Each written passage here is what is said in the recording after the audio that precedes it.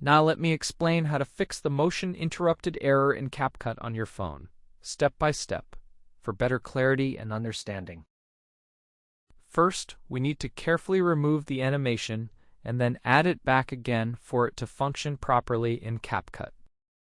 For example, we have some keyframes, and here's a video with these specific keyframes that we need to address carefully. They may not load properly in CapCut, so what do? We simply remove them, carefully take them out, and then add them back in to ensure everything works smoothly. We add them back in, and they should reload properly, just like that. After this, for example, you can also adjust an effect. You also carefully remove it, and then add it back into your video. Often, this is simply a preview bug causing the issue.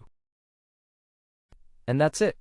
You can also reduce these keyframes, which I often refer to as points, for better control over your animation.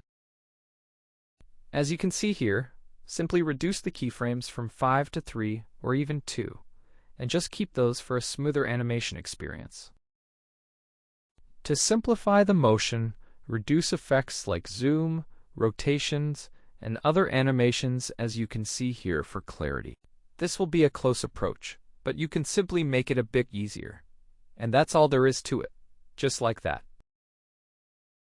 This will also help, and you can even create complex movements by yourself.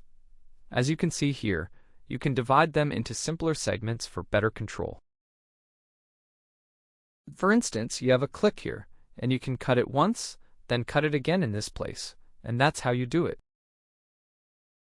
And here we are. That's all for now. This will help too. Thank you all for watching. Good luck, and goodbye everyone.